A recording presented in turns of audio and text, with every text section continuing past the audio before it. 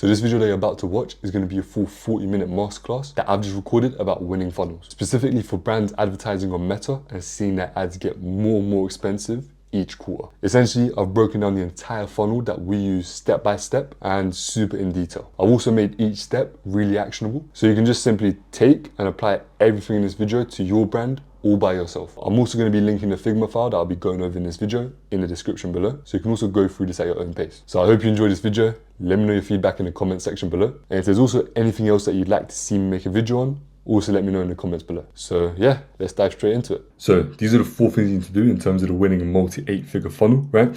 Where you make more revenue for the same ad spend, which equals more profit, right? Now, before we even get to any of these, in terms of ads, CRO, emails, right? One of the key components of this is actually the research itself, right? So before we even begin the research, we first need to actually set up the tech stack, right? So make sure if you don't have Google Analytics, set up Google Analytics. If you do have Google Analytics, a lot of the brands that we audit, right, it's not set up properly. So if you do have it, make sure it's set up properly, right? Hotjar, Microsoft Clarity, this will allow you to have heat maps and screen recordings, plus a lot of other stuff as well, right?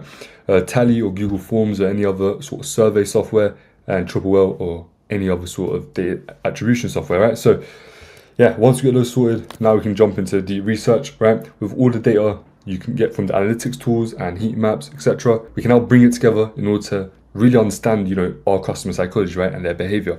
So here's some things to look out for with Google Analytics: who's coming onto the site, so their age, location, gender, what device they use, mobile, desktop, etc., right? At what point in the funnel or site are people dropping off? The homepage, the product page, etc. We're going to get more into this, right?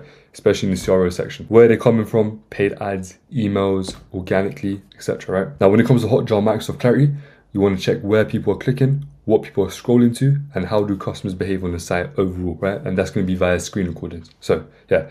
Now, in terms of customer surveys, you want to find out their gender, age, if they're purchasing for themselves or someone else as a gift. If it's a gift, who are they buying the gift for? Why they bought from our brand over another brand, right, over a competitor. What was the most important thing for them when they were buying from us? The number one thing they would do to improve the product or the website, right? And was it easy to find what they were looking for? Now, especially in terms of CRO, this is going to be super, super helpful. If a lot of people are buying your product as a gift and it's mostly for their girlfriend, for example, well, there you go. That's a whole ad angle that you actually target now, right? In terms of CRO, if there's a reason a lot of people are buying, right, from you over your competitor, that you can include on a product page. Again, you can include on an ad, etc. So in terms of customer research, customer surveys are going to be really, really useful and really powerful, right? Now, another thing you of course can do is competitor analysis. Now, always take competitor analysis with a grain of salt, as firstly, you want to be innovative, right? You don't want to just copy, and that's how you're going to beat your competitors. But for example, if there's a common thing that all of your really good competitors are winning in your space, if there's something that's common that they're all doing, then it's probably a good idea to, go ahead and A/B test that at least, whether that be their ads, something on their website, something on their emails, etc. Right? Now, review mining, leveraging AI is a big component of what we do. It allows us to find out, why people buy, right, and why people don't buy. So you can use both your reviews or your competitors' reviews, right? Both can be a goldmine in terms of figuring out what to do and what not to do. And with AI, it's become way easier to do this and cheaper. Before, we'd have to hire someone to actually look through all the reviews and then compile it into, an Excel sheet and rank them, give the percentages for, how often this messaging comes up, etc. But now with AI, we've just got these simple prompts here, which allows us to actually just do that within literally seconds, right? So use something like Browse AI or even ChatGPT, and you can export all of your competitors' reviews, or you can give their website where they have all their reviews, or your website or your reviews. Then you just feed it to ChatGPT with these prompts, right? So prompt 1, which you can just screenshot these right here, and if you have an Apple product, you can actually copy the text from the image. So prompt 1 is give me the top 10 reasons in order from most to least as to why people like your brand name or your competitor brand name, product or services. Now, you can either look at their product reviews or their brand reviews as overall, right? So you can do both. You can have one or both, right? Up to you. Yeah, based on all of their reviews. So you can either give an Excel sheet, or you can give their website where they have all their reviews, as I said. And yeah, give me the percentage of each as well to let me know how much they come up, right? And what you do for the prompt 2 is do the same thing, but vice versa. And now you're looking at the top 10 reasons people don't like it, right? Don't like their product or don't like their brand, right? And then do the same thing, give me the percent of each as well to let me know how much they come up. So this will give you the top 10 reasons people are buying and top 10 reasons people aren't buying, allowing you to do more of what's good and less of what's bad, right? Plus, there's a lot more intricate stuff that we do to get 100% understanding of our customers and what makes them tick, essentially. But as you can see, one of our 55-page research documents, we compile all this research into. Now, this is only one of the documents, right? This one's mainly for CRO, but we obviously have, competitor research, etc., all of that stuff and other documents. Now, after you, of course, get the research done, that's complete, and you have, you're now 100% understanding the customers. Now and only now can you start running ads, right? So just to get a few things out of the way, don't do targeting with the ad platform itself. For example, with Facebook, don't target a specific interest. It doesn't really work anymore, right? With all the iOS updates, countries kind of cracking down on data, right? The targeting for these platforms isn't great, right? In 2025, your targeting should come from your creatives and copy. It's less about how you set up the ads and more about how good your copy and creatives are at targeting, the customers that you're after, essentially, right? Especially in some markets, the goal isn't to always make a profit on the front end, right? Now, that's what we aim to do. But for some niches, that sometimes isn't even possible, which is why just getting that customer through the door and then infinitely profiting off them on the back end can be super important as well, right? So you have to bear all these in mind when it comes to ad. Although, as I said, we always try to actually make profit on the front end and then just make crazy profits on the back end too, right? But just a few things I'd point out. Now, here's the regular ads that probably you and all your competitors and everyone in e-com runs, right? What I mean by regular ads are the ones that, as I said, everyone runs, right? Just straight ad to a product page, right? Sweet. These are good and still have their place, especially for retargeting. But in 2025, with the state of the economy and consumers being way more skeptical than ever, it's hard, if not impossible, to actually break into the multi-8-figure level with just regular ads, right? Sure, you can get to multi-6, maybe even multi-7, but multi-8, which is what this whole video is about, right? 8-figure funnels. Getting to multi-8 figures, you're not going to do it with just regular ads. I can guarantee that, right? You're just competing for the same somewhat problem-aware audience, right? And your competitors are also after them as well. But what you have to understand is that there's a lot more people top of funnel, right, up for grabs, that your competitors aren't targeting and that you also aren't targeting right now, right? This is where our permissive buyer offer and advertorials, listicles, and landing pages come in, right? Now, the permissive buyer offer plus landing pages plus listicles plus advertorials, right? What this is essentially is where we're going for the top of funnel people, right? A, the competitors can't reach them, plus B, there's a lot more of them, right? So if we, just rank this here, up here, they're going to be the hardest to sell to, right? But down here, they're going to be the easiest to sell to. But there's a lot more people up here, there's a lot less people down there, right? And plus, as I said, your competitors are after mid-funnel, especially lower funnel people, right? So, and as I said, there's less people there. So you're competing for a small market share there, right? Now, if, as I said, it's difficult to target the people up here, but if you figure out a way, if you crack the code, right, and figure out a way to target these people, your competitors can't reach them, plus there's a ton more of them, right? So as you can see, in terms of wanting to scale, right, get into multi-8 figures, this is how you're going to do it, right? And plus it's going to give you that competitive edge that your competitors don't have, making your business and your enterprise value a lot higher, and plus a lot more profits. Now, an example here, just a perfect 10, right? Basically, you want to figure out what your customers are after, right? And then offer them some sort of deal, right, to get them to buy. Now, this is very surface level, etc., but you can read it here. What you do then is you make an ad like this, right? You don't want the ad to be about the product, right? That's not what we're after here. You're quite literally, there's a structure, right? You're quite literally telling them they have a problem, right? Because they do, right? You're giving them a solution, and you're saying, here's where I got the solution, etc., right? That's kind of the main structure of it, simplified, right? Now, as I mentioned before, the whole point of this is you're targeting people that are completely cold, right? Now, what that means is, yeah, your competitors can't reach them, and the reason they can't is because they're not problem aware and they don't really care to solve the problem yet. But what you're doing with these ads essentially is piquing their curiosity, and they're like, oh, I kind of do have that problem. Giving them a solution and taking them to not your product page, you take them to a landing page, right? So something similar like this works. I don't know when coffee stopped working. I've had 3 today, still feel foggy. My to-do list keeps growing. My brain feels like it's lagging behind. It's not burnout exactly, but it's something. I'm tired of the crash, the jitters, the anxiety. I just want to feel clear, right? I found something different. I know it's not another coffee. Here's what actually helped. Now, we usually test against a longer version of this copy, like a way longer version of this copy, and sometimes that works better, sometimes a very short one like this works better. That's something for you to go ahead and test. But something like this and just the AI pitch that goes along with the story here, right? Now, of course, you can take this and you can get very creative with it and make some killer ads essentially, right? As I mentioned, this doesn't take them to a product page. Don't take them to a product page. So this is the first step, right? Now these people that you're going after, the cold audience, top of funnel, they're not really aware of the problem. They don't really care enough to fix it yet, right? But this is just pique their interest. Now, when they click it, It's going to take them here. Now what you want to do is you want to nurture them even further, right? 10 reasons why this guilt-free iced coffee is taken over in 2025. Now, I don't know if you've noticed, but none of these are linked, right? Because of NDAs, I'm not going into any specific client, right? I'm just giving you examples of ads and landing pages, right? So here, 10 reasons why this guilt-free iced coffee is taken over in 2025, right? Now, this is kind of like social proof for it, nurturing them with 10 reasons why, this is taken over, why this product is good, right? And after they read this, then you give them a very good offer at the end, right?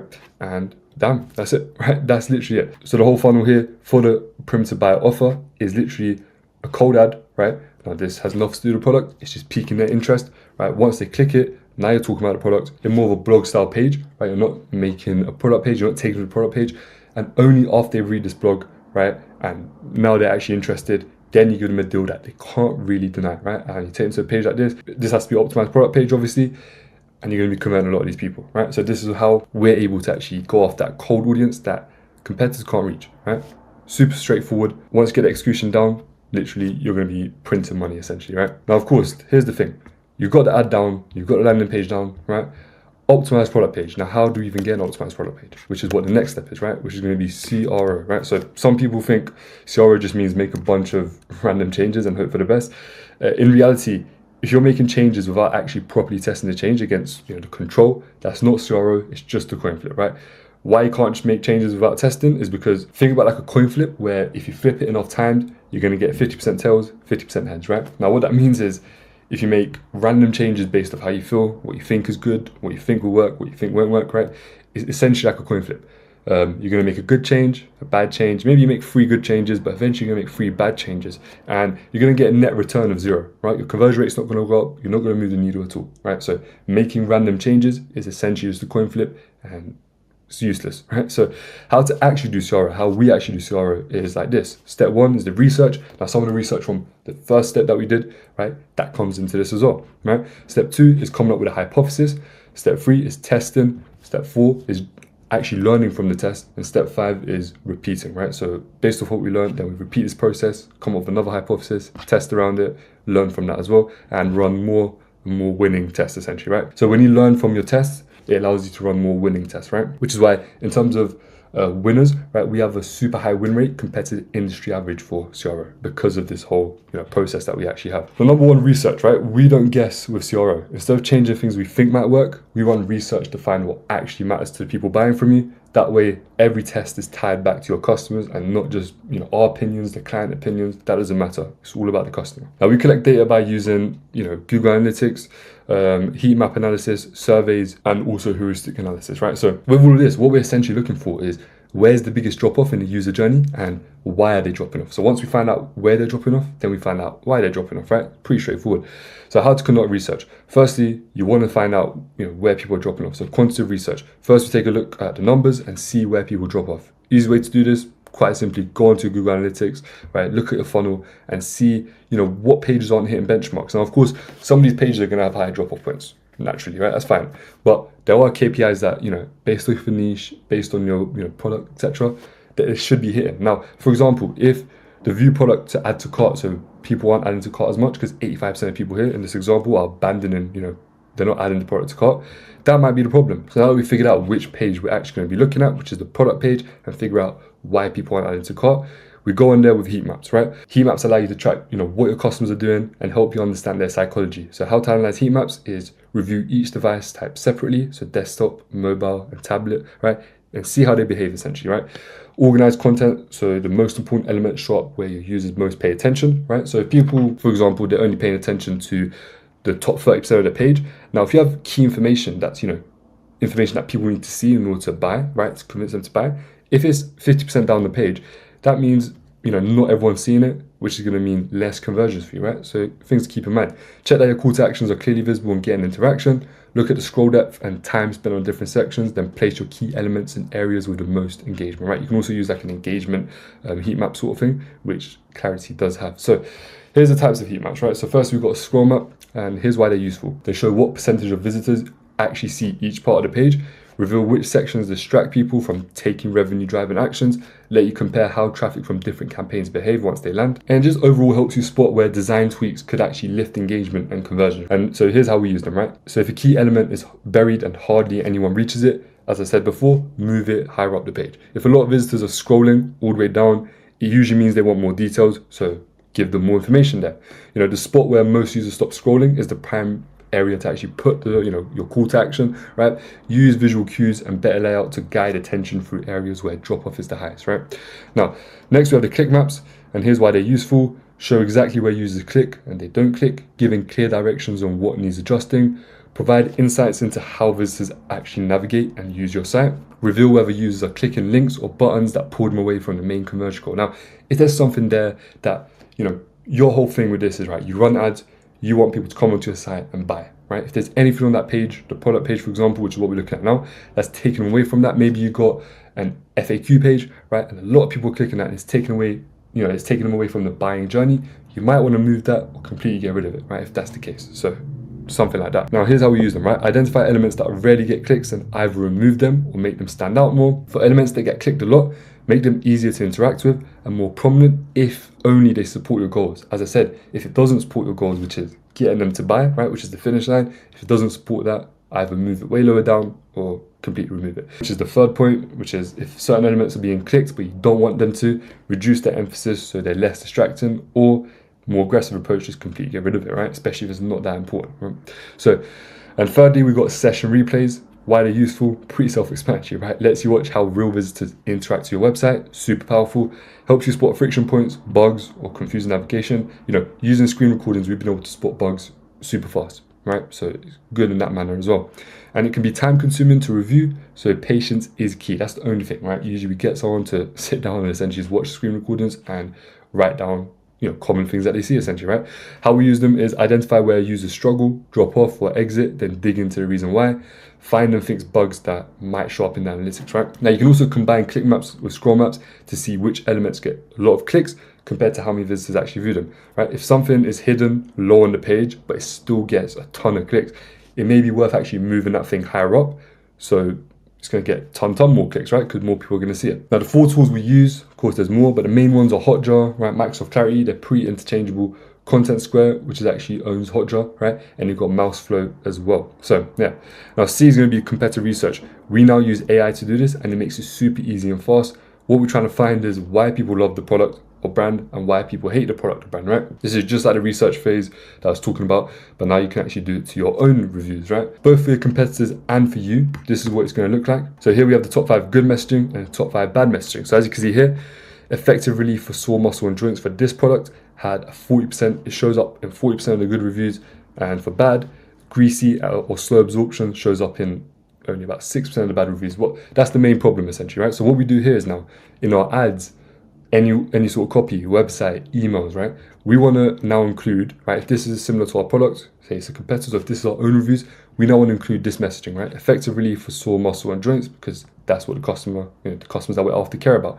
And you also want to say something like not greasy and fast absorbing, because that's one of the main problems that people had with it, right? So you can see when you do this, how it would be so powerful, right? You can essentially just use the good stuff in the messaging, and then you can also use the bad stuff in the messaging in terms of saying, look, it's not greasy and it's fast absorbing, or it doesn't have scent issues, or the price is good, or it doesn't melt in heat, right? So you can use these to your advantage. So you can even do this for competitors. If there's something that a lot of customers complain about with your competitors, you come in, right? If you can actually fix it in your product, fix that thing in your product, and now you can push that, right? That could be your unique selling point. So super powerful. Now, this helps with finding what we need to do more of, what we need to do less of, right? Or not do at all really. And other benefit is it massively helps with copy, right? In terms of copywriting, a lot of people are, looking for like a specific course, etc. Now, I'll tell you right now, the biggest advice when it comes to actual copywriting is literally just understanding your customers, right? How they speak, right? Understand what makes them tick essentially. Now, if you do this, it's going to automatically make you good at copywriting anyway. You don't really need any sort of course, etc. Right?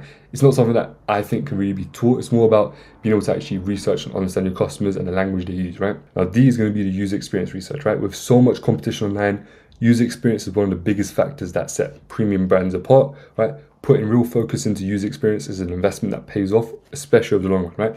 Especially for more premium brands. If you're a more premium brand, you cannot compromise when it comes to user experience. It has to be top notch, right?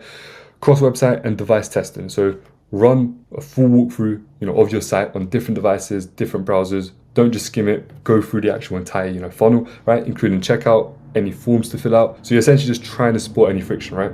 The key questions to answer here: does the site work properly across all major browsers? Is the experience consistent across desktop, mobile, and tablet? Does the user journey feel smooth no matter which device or browser someone uses, right? You can also use Google Analytics to check if certain browsers or devices are underperforming. If a lot of people are dropping off on a certain device, or like let's say Google Chrome, for example, or a lot of people are dropping off on tablets, right? The conversion rates are really bad. You might want to go ahead and especially test those to see, is there some sort of bug? Why is there a huge drop-off point on this certain browser or device, right? Now, in terms of usability, there's 5 components that you're going to want to, tick off, right? It's the learnability. Can new users figure out what the basics are, right, the first time they visit the site? Efficiency, which is after they learned it, how fast or smooth is it to complete a task like purchasing, right? Number 3 is memorability. If someone comes back after a break, right, after a while, for example, can they easily pick it up again without any confusion, right? Number 4 is errors. How often do mistakes happen? How serious are they? And how easy can users fix them, right? Number 5, finally, is satisfaction. Does the experience feel enjoyable and user-friendly overall? Now, when you're answering these questions, right, don't lie to yourself. You have to be completely honest, because at the end of the day, you could say, oh, it is quite satisfactory, right? The website is quite good. But if it's not, it's only going to affect your sales, right? If you're actually honest with yourself, you can go in and actually improve them and increase your sales, right? Because improving your user experience alone can literally skyrocket conversion rate, especially for more premium brands, right? And here we have a few guidelines. So if I take you to it right here, as you can see, as I said, this whole Figma file will be linked in the description below, so you can go ahead and actually use this yourself. So what you're going to want to do is take your site and run it against this checklist, noting every single issue you spot in the spreadsheet. As I said, you have to be honest with yourself here, right? Don't lie to yourself. It's only going to make your results worse. So once you've got this list now, you want to rank each item by how easy is it to fix. 1 is it's super simple and it's super quick, right? Number 2 is it's straightforward, but maybe it takes an hour or 2 to implement. And you want to rank things 3 if it's bigger changes that will need, some sort of design or dev time that's going to take a lot longer. Now, what you want to do now is, once you rank all of these, you want to tackle the easiest one first, right? The things that are 1, that's super simple, super quick to implement, you want to make sure you implement them first, right? And then you want to work your way down. Then you implement the 2s, then finally you implement the 3s, which, as I said, you might need a dev team, or etc., right? This way you will see improvements in user experience right away, and you can get some bigger improvements over time. Now, after you do all this research, right, finally on to 2, which is the hypothesis. We do everything with reason. So when we create the hypothesis, if the test is a winner, that teaches us about our customer behavior, right? Which is why we even come up with a hypothesis. And this, learning from your customer behavior with like a test, is what lets us actually continue to run more and more winning tests. An example of a hypothesis here is, if we display testimonials above the fold, then sales will increase because the visitors have more trust, right? If that test is a winner now, we now know that trust might be a big factor, or things being pushed above the fold is a big factor when it comes to our ideal customer, right? So we'll run more tests to increase trust, or we'll run more tests above the fold. And we come up with an entire list of these. And when it comes to prioritization, we have a framework that we have, right? We put each of these ideas into it, and it tells us what we should test first, what we should test last, right? We have a criteria for each. Number 3, this is quite literally the simplest part, right? It's pretty straightforward. Using tools like VWO, Convert.com, IntelliGems, etc. We run a B test, right? So all these changes that we're hypothesizing about, we run tests on them, right? And all the tests we change do have custom codes, so bear that in mind. You might need some sort of developer, etc. Right now, we're really enjoying IntelliGems. We're having a brilliant time with it, to be honest. It does integrate with Shopify quite well. So if you want to go ahead and test it out, feel free to, right? You can even try a few tests by yourself. This isn't an example, by the way. This is just something I found on Google. But yeah, because a 1% conversion uplift is not great. And number 4, after you do this, after you test each of these things, you want to draw learnings, right? This is why the hypothesis comes in handy. So questions to ask yourself: what can we learn from this test? What does this say about our customer behavior? What other experiments can we now think of now that we know this? And all we want to do is repeat, right? You essentially want to repeat 2, 3, and 4, right? So you want to hypothesize, run the test on the hypothesis, and then draw learnings from that test, right? To continue to run more and more winning tests. So it kind of becomes like a compounding thing, and you get more and more wins over time, essentially, right?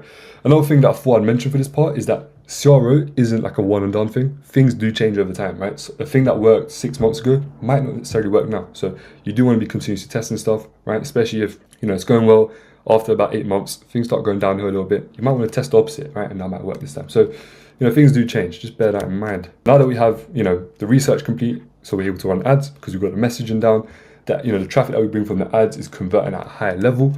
Lastly, we've got emails. Emails is what's essentially going to let you make a ton of profit on the back end, right? If you go look up the stats, emails has, you know, ROI of 1 to 36, sometimes even 1 to like $41, 1 to 42, right? Whereas, you know, some other platforms like ads and stuff is way, way lower than that, right? Emails, super cheap way to, you know, essentially get sales and retain customers as well. So as I said, now that we have the research complete, so we can run ads because we've got the messaging down, the ads bring traffic to the website, which converts at a high level. What now, right? Now we need the emails. Email marketing is another huge level to pull, especially in terms of profitability, right? As I said, super high ROI, right? As it has almost no acquisition cost. 40 to 60% of your store's revenue should and could come from email marketing. If that's not the case right now, if it's 0%, definitely jump on it. If it's somewhere around 10, 20%, you can definitely improve it, right? Now, before we even begin, we actually need the emails first, right? So we're bringing traffic onto the website anyway, so we can quite literally just get emails as a side benefit, right? So our high converting pop-up is what allows us to do that. Before we start with email marketing, this is what allows us to send stuff like abandoned carts, site abandoned emails, etc. If you don't have a pop-up, the amount of people that you can't send abandoned carts to anyone because you have to wait till they get to checkout to put their email, right? So you can't send anything until you get to abandoned checkout, and even then, not everyone puts their email on, you know, their checkout. So even abandoned cart, even abandoned checkouts won't go out much, right? So you definitely need to pop up just for that. And on top of that, the benefits of actually sending out campaigns. So what we're doing is just getting as many emails to be able to market in the future as possible. Now these emails are going to be even more valuable during Black Friday, Cyber Monday. So bear that in mind, right? Because they're going to be buying at a way, way higher level. So what we need to be able to do that is a high converting pop-up that converts as many people as possible. Now, there's two issues with pop-ups, right? Or sometimes with brand owners, that they have these misconceptions. One is that brand owners still think that pop-ups kill conversion rates and sales, which by the way is not true. And B, most brands we audit have a 1 to 2% sign-up rate. Now the highest sign-up rate we actually saw before we came in was about 5, close to 6%, which by the way is still not great. Now they thought it was good, they were happy with it, but we came in and actually made it about 12, 14%, right between there. Make sure if it's not 8 to 12%, it's not good. So I'm gonna show you how to fix that. So for through our hundreds of tests ran and third-party tests too, easily totaling over $1 billion generated, pop-ups don't affect your website sales or conversion rate. If anything, it's quite the opposite. They actually help because the pop-up usually gives some sort of incentive. And with that incentive, what that means is they're going to be more incentivized to buy. It's literally within the name, right? So yeah, doesn't affect sales negatively, at least. If it does affect it, more than likely positively, right? And for B, we aim for a pop-up sign-up rate of 8 to 12% and have had clients have a sign-up rate as high as 20, 25% plus. It does depend on the niche, does depend on the product a little bit, but it shouldn't be below 8%, right? I think every brand could get somewhere around 10% easily. This means that we get the emails of 1 out of 5 to 1 out of 4 customers that actually come onto the site that we're now able to send flows to, campaigns to for super cheap with emails, right? We're able to retarget them with emails essentially, right? To get them to come back and now buy from us. Now, along with CRO, this is what truly makes a lot more profit, right? From your ads. Running ads alone is good and all, but you're never going to really reach, you know, a super profitable stage. With CRO, where you're making, you know, higher conversion rate and a higher average order value, right? Mixed with emails, you can easily get your ads overall over the customer's lifetime value as well, to a point where you're getting a 10x plus for us, right? It's easily achievable for a lot of brands if you actually get all of these parts down together, working well, right? Now, here's the keys to actually having a high converting pop-up. Number 1 is simplicity. Number 2 is micro commitment. Number 3 is a good offer. Number 4 is getting rid of a change in the position of the close button. Number 5 is if discount is less than 15%, we found that it's a lot better to say mystery discount instead. Number 6 is you want to split all your collections into different steps. So for example, if you're collecting an email and a phone number, don't put it together. Make after press claim now, next step, you get their number, right? If you don't do that, if you include email and phone number, you're going to get a lot less signups, right? So I thought I'd mention that. And finally, you want it to show up 4 to 12 seconds into a session. Sometimes, you know, a lot of brands that we check, 15, 30, even seeing 45 seconds or until they scroll 30% of the page plus 30 seconds, some crazy stuff like that. Don't, you know, shoot yourself in the foot essentially. Why are you making it harder for people to see your pop-up? Doesn't make sense. I don't know. I guess, as I said, it's because they have the misconception that they think pop-ups hurt conversion rates, which isn't true, as I just went over, right? And after all this, you can obviously run a few A/B tests to figure out what really works for you, because it is going to be slightly different for each brand, right? And here's an example of a pop-up that was converting 20% plus for a client, covering the brand name due to NDAs, which is why it's black here. But as you can see, super simple and straightforward. So you've got a micro commitment, get rid of the X right there, covers up most of the screen on the phone. Instead of X, you've got no thanks, I'd rather pay full price. Now, a lot of time what happens is if you have X here, people are conditioned to just quickly press the X before even reading anything. So even if you move the X to the left side, it's going to be more effective than having that X here, right? After that, as you can see, you've got a mystery discount because this was a 10% discount code, right? Enter the email and they claim it and it takes them to here. And here, we don't actually give the discount code because what we do is we want them to go ahead and open the email. That way it improves our deliverability, right? That's a quick little trick that we do, which helps us a ton with deliverability. So if you're having issues with, landing in spam or promo folders, it's a quick little trick right there. As you can see here, there's a client that we're working with just after a couple of days, and it's a client that we were working with after 1 or 2 months. As you can see, 21% sign up right there, and a 12% sign up rate right there. So once we get people actually giving us their emails, right, what we need next is the email flows, which allow you to make money quite literally whilst you sleep. You don't have to do literally anything. So now that we get a ton of emails signing up every single day, we need to market to them. So we always make sure to at least have these 7 flows, right? You can have more, right? You can change some of these, have more emails, less emails, etc. But these are the 7 core flows that we must have for each client. So number 1 is a welcome flow with about 4 to 8 emails. Number 2 is a site abandon flow with 1 email. Number 3 is a browser abandon flow with 4 to 5 emails. Number 4 is a cart abandon flow with 6 to 8 emails. Number 5 is a checkout abandon flow with 6 to 8 emails as well. Number 6 is a post-purchase flow with 3 emails. Number 7 is a win-back flow with 3 emails as well. So having all of these, right, at least going to kill it for you in terms of email marketing, right? Literally whilst you sleep. You don't have to do anything. You just set these up once, set and done, and you're good to go. Now, after you have the flows, they're doing their thing by themselves. Next, you have the campaigns, right? We usually send 3 to 4 campaigns a week. A lot of people think this is way too much and it will lead to people unsubscribing, hurt your deliverability, etc. But we've actually seen the opposite. Sending an email once in a blue moon actually leads to more unsubscribers because you seem like an anomaly rather than something that's more of a routine for them and someone that's actually supposed to be there. Plus, sending more gets you actually stays top of mind at all times, and of course the extra benefit of more revenue, right? So why the hell not? But the thing is, this is the key part, right? You do want to send 3 to 4 emails a week, that's fine, but you don't want these campaigns to just be promotions, having every email just be super flashy, blatant promo. Doing that is a great way to mess up email marketing, right? So what we want to do is 2 to 4 promotion emails a month, 2 to 4 text-based founder emails a month. You kind of mix these up. Some of your text-based can be promo emails, and you want to have 6 to 10 educational emails a month. You obviously want to mix up a bit. The reason is 6 to 10, 2 to 4, 2 to 4, because 1 month you might send 1 promotional email. You have 4 text-based ones and 10 educational ones, right? So you can mix up a little bit each month. But yeah, this is what you want to do, right? A lot of educational emails, a few promotional ones, and a few personal text-based ones straight from the founder. Now, in terms of revenue and just overall numbers, to be honest, open rates, click rates, these text-based from the founders always do super, super well, and our clients are always super happy with the revenue made from those. So bear that in mind, right? If you're not using any text-based emails right now, big mistake, right? So in terms of educational emails, you might be asking, how do you even come up with these topics, right? Here's a simple prompt that we use on ChatGPT to get 100 micro topics to write emails about for our clients, right? Here it is. I'm not going to read out, but you can, as I said, screenshot this. If you have an Apple product, a Mac or an iPhone, you can quite actually copy the text from the image and use it on ChatGPT, right? Just fill in these blanks and you should be good to go. That's all good, right? All that's good. Flows, campaigns, getting a lot of people's emails from the pop-up. But the issue is, if you're not getting into people's inbox, none of that matters, right? Because people won't, if they can't even see it, none of what you've done, above all this matters at all. So it's all great, but you'll still be leaving a ton of money on the table if your deliverability is bad. If your open rate is sub 30 to 40%, there's a high chance you're landing in a promo or spam tab, right? But no worries, here's how we fix it. Week 1 to 3, you want to send highly engaging campaigns, again, 3 to 4 week, only to your 14-day engaged list. After that, so week 3 to 4, once your open rates for your 14-day engaged list get to about 40 to 50% plus, you want to expand 3 to 4 campaigns per week to your 30-day engaged list, week 5 to 6. Make sure you don't dip below 40 to 50%, right? And once your 30 to 60-day engaged list is seeing 50% open rates or more, you can keep expanding, right? Now, majority of the times after week 6, 7, and 8, you're able to send to your 90-day engaged list. And to your entire list, you can also send 1 campaign per month to try and re-engage them, right? Which is more of like a sunset campaign, right?